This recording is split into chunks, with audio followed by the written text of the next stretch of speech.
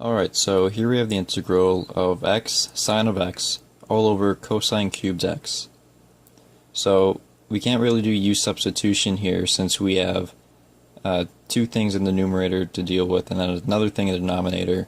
There's not really any trig identities that are going to help with this either, so we're going to have to end up integrating by parts. So we have the formula right here. The integral of u dv equals uv minus integral of v du. So with this one, we're going to be taking our u as x, and then du equals dx, or just 1 dx if you want to write that in. And then our dv is just going to leave us with this here, sine x over cosine cubed x. So that's going to be sine x over cosine cubed x. And then to find the integral of this one, to just find v, we're going to have to do u substitution, and I already wrote that out, but that's going to give us 1 over 2 cosine squared x.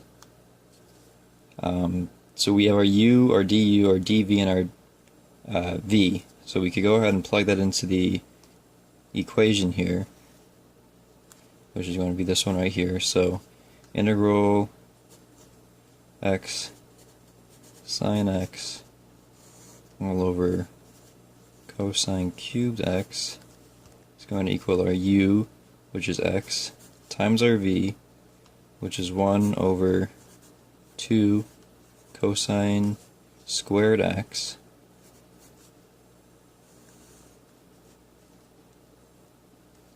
minus the integral of v, which again is 1 over 2 cosine squared x, times du, which is just going to be dx, which of course will get cancelled out when we take the integral of that. So then going on further, that's just going to give us x all over 2 cosine squared x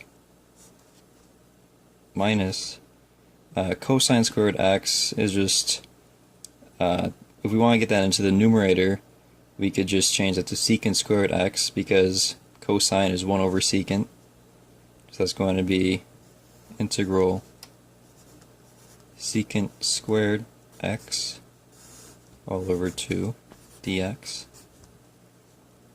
And then we could take the 1/2 out of here, minus 1/2 integral secant squared x dx cosine squared x. Write that in. My phone decided to run out of memory 10 seconds before finishing this problem, but continuing on.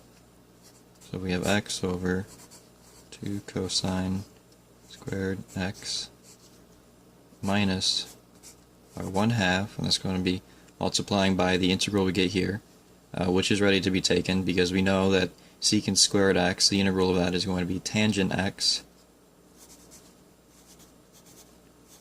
and then plus c, of course. And then taking this one step further, we can add both of these together because they do have 2 in the denominator, and then we could go ahead and make cosine squared x secant squared x just like we did one step before. So we can rewrite that as x secant squared x minus tangent, this should be in parentheses by the way, tangent x all over 2 plus c.